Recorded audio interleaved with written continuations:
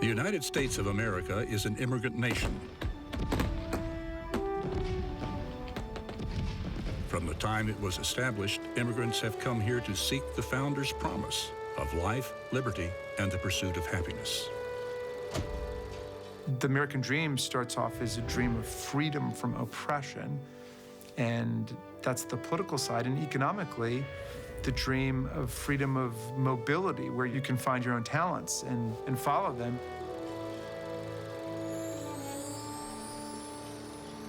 The American dream was first conceptualized by James Truslow Adams in his 1931 book, The Epic of America, where he writes, "It is that dream of a land in which life should be better and richer and fuller for everyone, with opportunity for each according to ability or achievement." The dream then became that America was a place of opportunity, that it offered unrivaled personal freedoms. This is a place where industry and hard work and smart ideas can find expression. It's on the Great Seal of the United States, Novus Ordo Seclorum, a new order for the ages. It was a commitment that every generation would take responsibility to make the future better for the next. There are also new American dreamers. They are native-born citizens from hard-scrabble backgrounds, second and third generation, seeking the opportunity to develop their skills, to aim high, to work hard, to persevere, and to succeed. Frank Islam is one of those dreamers. This is his journey.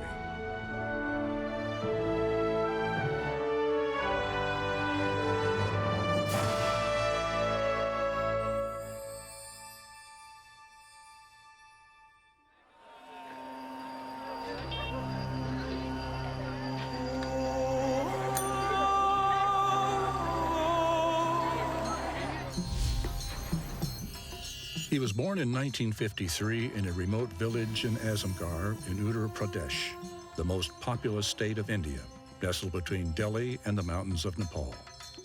I came to this country as an immigrant, and I always believe in America's democracy and diversity. Frank was the eldest of 6 children. The Islams were a distinguished middle-class family that emphasized education, optimism, and the value of hard work. But one of the things that I treasure, my upbringing in India, people of different faith work side by side to serve the humanity.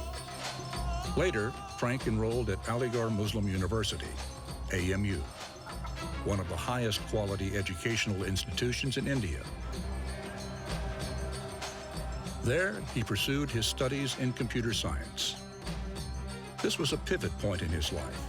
Building on the values imbued in him by his family, AMU played a key role in shaping the person Frank was to become. Aligarh University is a precious possession. It's a timeless treasure. It shaped my story and determined my destiny.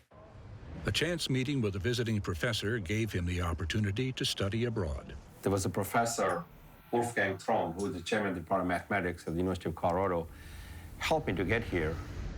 In 1969, with only a few $100s in his pocket, Frank was preparing to leave India for America in pursuit of expanded opportunities in the field of computer science. Education is key. Education is key in terms of being where innovation begins. It begins in the classroom. Education is key to people reaching their own aspirations. Education is key to keeping America #1, competitive-wise. Frank chose to leave his close-knit group of friends and family because he knew time in America was essential to acquire the knowledge, skills, and opportunities to succeed in business. Departing India was an emotional moment. I remember when I was leaving, my father said, "You will have more opportunity than I ever had in my life. Let's welcome the light of the learning. Let the light of learning penetrate deep into the darkness and light up the whole world." Frank supported himself working at fast food restaurants like McDonald's and Shakey's Pizza. The loneliness was hard at first, but the University of Colorado was welcoming, and he built friendships, including one with Jawed Bashir. Indian and Pakistani students, we used to get together at different places and all that. Of course, Frank came from India, and I came from Pakistan. But Frank is also a Muslim, and it was kind of more like friendship with us right away. I graduated from University of Colorado Boulder. I received my master's degree and bachelor's degree, and that gave me the knowledge to become a business owner and entrepreneur. In the 1970s, when I met him, he had a good humor, good sense of laugh. I can remember him laughing pretty well. He laughed quite a bit. Yeah, and by the time we met him again in 1990s, he was a pretty serious person by then. And, he was pretty successful. He had an aura about it at that time. Frank's thesis advisor suggested he pursue a PhD degree at McMaster University in Hamilton, Ontario. After a short time, Frank concluded a PhD was not for him and went to work for an information technology consulting firm. There, he met Debbie Dreisman, who was employed as a programmer. We met on the job. We used to sit around, half a dozen of us, and over time, Frank and I seemed to be the last ones talking, and we just got along well. There certainly wasn't anything really outstanding about him at the time. We were a group of about a dozen people, and maybe half a dozen of us got along better than the others, and when we had free time, we'd sit around and talk. Frank and Debbie were married in Pittsburgh, Pennsylvania in 1980. 2 years later, they moved to Washington, D.C., where they both found jobs at Computer Science Corporation, a large government contractor. In 1988, Frank left CSC to work at Raytheon in aerospace engineering and systems integration, mostly related to NASA space programs and satellite communication engineering. I always wanted to be a business owner and entrepreneur because the sheer challenge of starting something from scratch and making it a huge enterprise is the challenge I always wanted to have. In 1994, Frank risked his life savings to buy an IT company that blended engineering, science, and information technology. I mortgaged my house for a $45,000, a company called QSS Group Incorporated in 1994. And that was a difficult challenge in my part and my wife's part. He worked a lot of late evenings, an awful lot of midnight shifts. And after a couple of years, I just stopped planning vacations. There were a couple of times when the government was shut down in the mid-90s. He kept all of his employees on, and not one of them was working, because none of them were essential government contractors. All of his work was federal government. So that was a tough time. It was a dark and desperate and difficult days of my life, but I always had a confidence that I'll be able to make it, and I always believe in God, and willing to take a risk. And I always could have gone back to the job they already had, so it didn't really make that much a difference for me. I was on her payroll for about 2 years because I did not take any money from the company that I founded. It was challenging. He felt he'd made a commitment to them, and the other thing was that if he let them go, if they found another job, they wouldn't come back to him when the government opened up again. So it was, partly self-interest for the company to keep the employees, because he was going to need them when the employees could go back to work again.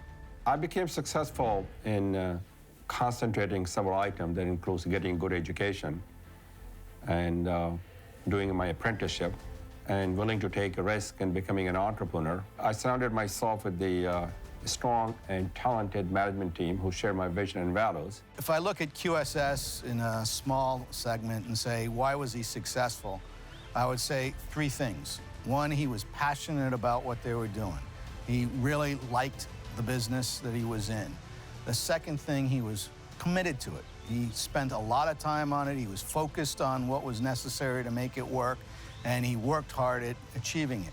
And the third thing was he was confident in himself. I mean, every business and every company faces challenges, and you have to take risks, and Frank had the confidence that he could go through that. I was able to build that company from 1 employee within 13 years to several thousand employees to a revenue of $300 million per year.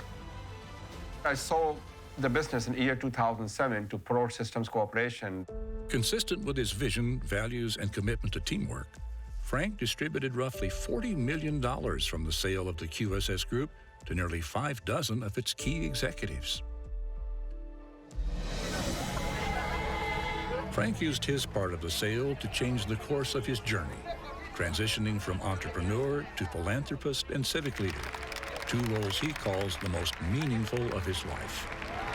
I strongly believe that the process of giving back is much more rewarding than making money. That, in many ways, is the American dream, to be able to do well and take your wealth and not, as you say, hoard it, but to give it back to make a better country. After I sold the business in the year 2007 to Pro Systems Corporation, that gave me the financial independence to start a foundation, and the foundation is known as Frank Islam and Debbie Dreisman Foundation. The foundation's focus includes education, arts, and culture, areas that are near and dear to their hearts and to the future of the American dream. Here in the United States, Frank and Debbie have supported countless educational institutions.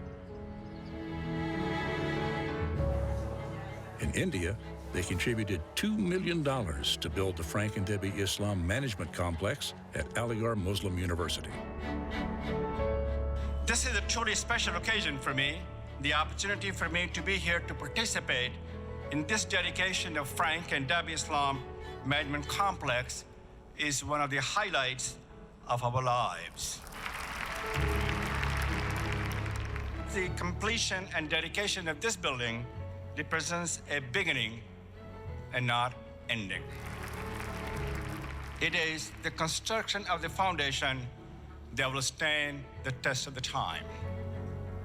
This management complex is a place where dreams will begin and students will develop the requisite knowledge, skills, and abilities to recognize them.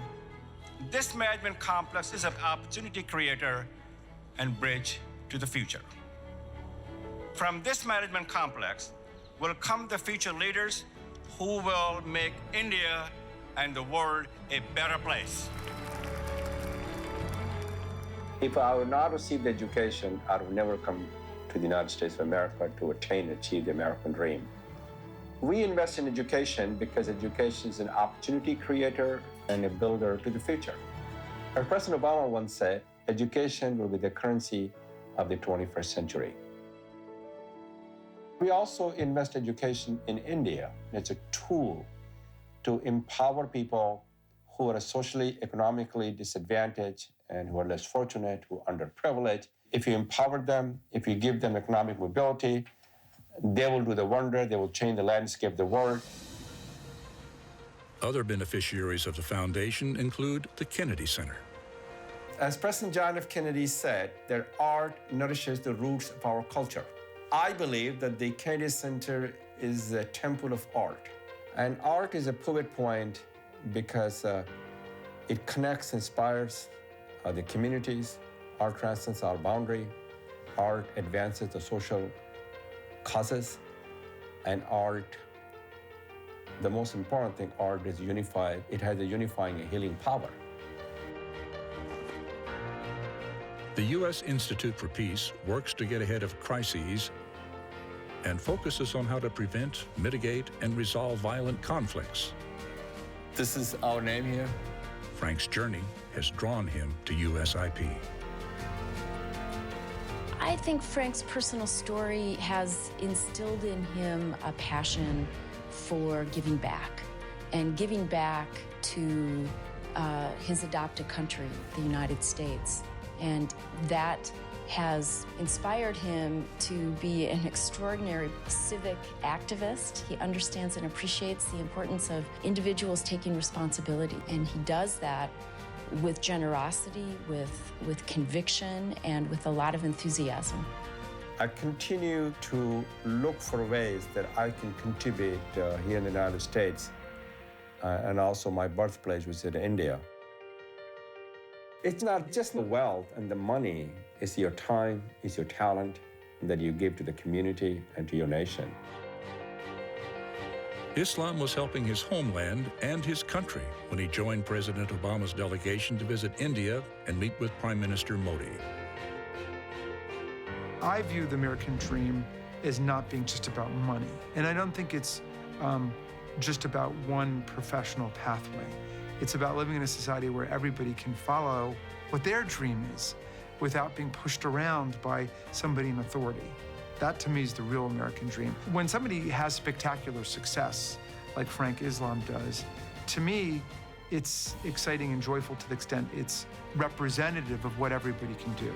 Philanthropy, to me, is not a charity. It's an investment that yields exponential returns. And my fondest hope and expectation is when I make investment in an individual, they will, in turns, will make the investment in others, and that will make my investment sustainable. In addition to his substantial philanthropic investment, Frank is fully invested in civic engagement, individual, organizational, community, social, and political. All contribute to making the American dream a reality for all citizens. My definition of American dream is an opportunity for each and every citizen to attain their personal goals and achieve success. I have written 2 books. One is called Renewing the American Dream. The other one is called The Pivot Point. And both books are directed towards making the United States a better place. Frank also writes for the Huffington Post on issues that are important to the future of America and Americans. The American dream that Frank Islam has lived is still possible in our country because of people like Frank Islam. He is an enabler. He knew what it meant to him, and he wanted to make that possible for other people. He and Deborah are very special people because they care about America and they care about the constant reinvigoration of America, of newcomers coming and achieving the American dream themselves, and in doing so, enriching our country.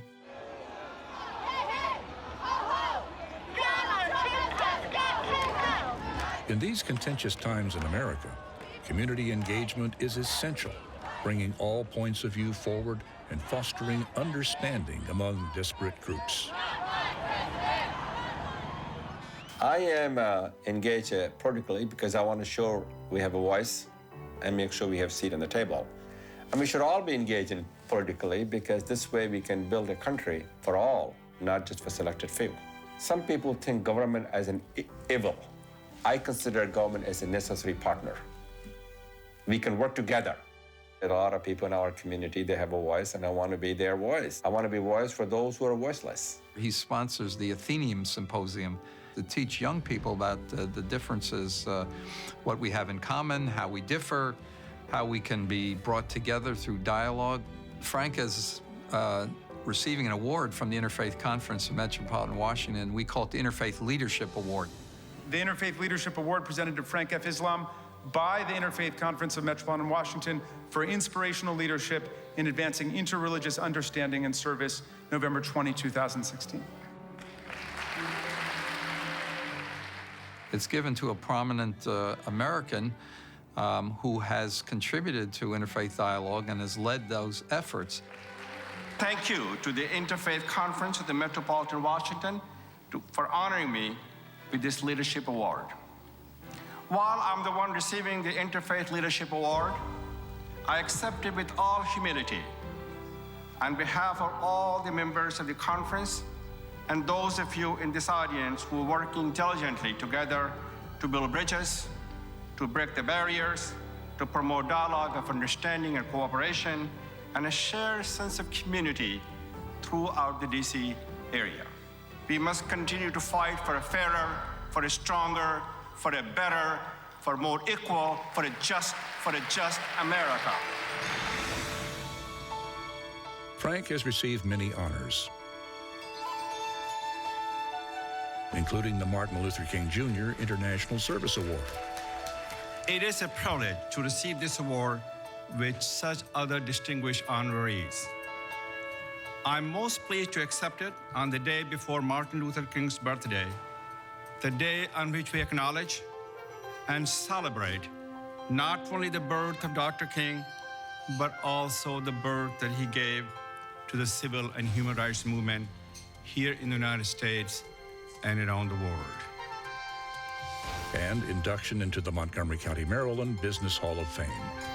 I know firsthand that education helps people reach their potentials, get good jobs, and make their communities stronger. In the early 2000s, Frank and his wife Debbie began to lay the foundation for what would become Norton Manor.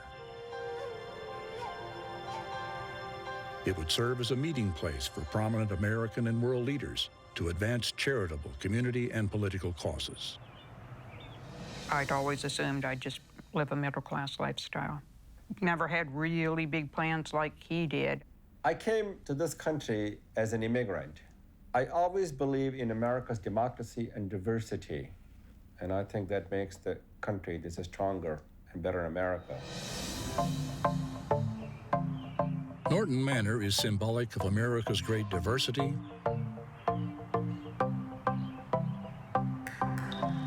and the contributions of cultures from all over the world.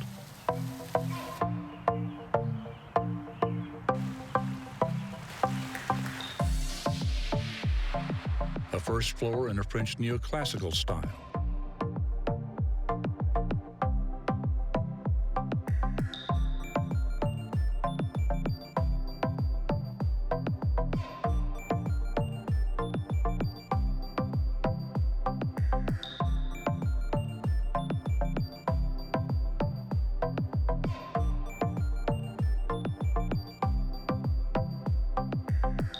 A rotunda like the Capitol Hill Dome.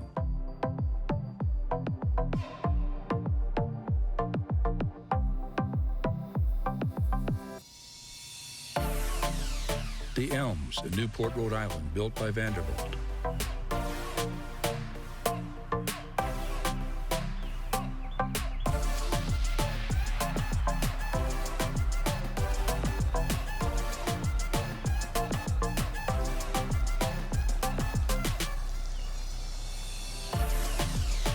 A reflecting pool similar to Taj Mahal in India.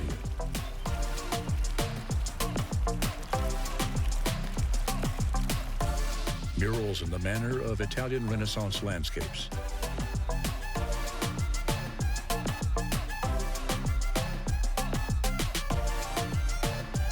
And there is inspiration from Muslim architecture.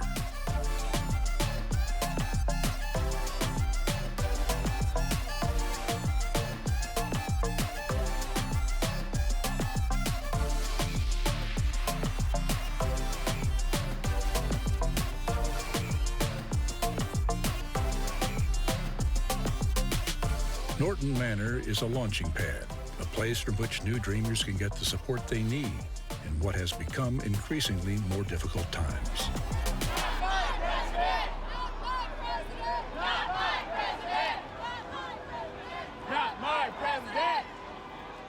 The current political environment certainly isn't as friendly to immigrants as it was even a couple years ago. Things have changed. A lot of minorities are having difficulties understanding this new president and all that. But as far as American dream is concerned, I think it's still there. I think it's still valid. We were the first country that was about a set of ideas. And so it wasn't just a country based on who had been living here. It wasn't a country based on the king or a monarchy of some sort. It was a country based on these ideas that set up a republic with democratic values, meaning that you had representative government achieved by the people's vote. You know, there are a lot of people that they climb up the ladder of success and they don't want to look back down. They pull the ladder up behind them. Frank Islam is somebody who climbed the ladder and wants to keep putting new ladders down so more people can climb up. He's selected the people that he supports because he wants to make certain that when he gets behind someone, they speak to the true values, speak to the ideas that he wants to promote, and reflect the true values of a democratic system. I do believe there are a lot of them, Frank Islam, out there in this world. We just have to make sure that we help them to realize and achieve their dream. New immigrants enrich our country in many ways. Research shows that immigration contributes on average more than $50 billion a year to the economy. 44% of tech and engineering companies created between 2006 and 2012 had an immigrant founder and created hundreds of thousands of jobs, according to the Kauffman Foundation. It means reminding ourselves that the stereotypes about immigrants today were said almost word for word about the Irish and Italians and Poles, who it was said were going to destroy the fundamental character of America. And as it turned out, America wasn't weakened by the presence of these newcomers. These newcomers embraced this nation's creed, and this nation was strengthened.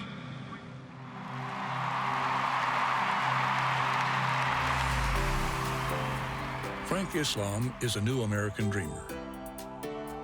One of tens of thousands of new American dreamers who are making this great nation a bigger, better, and braver place to be.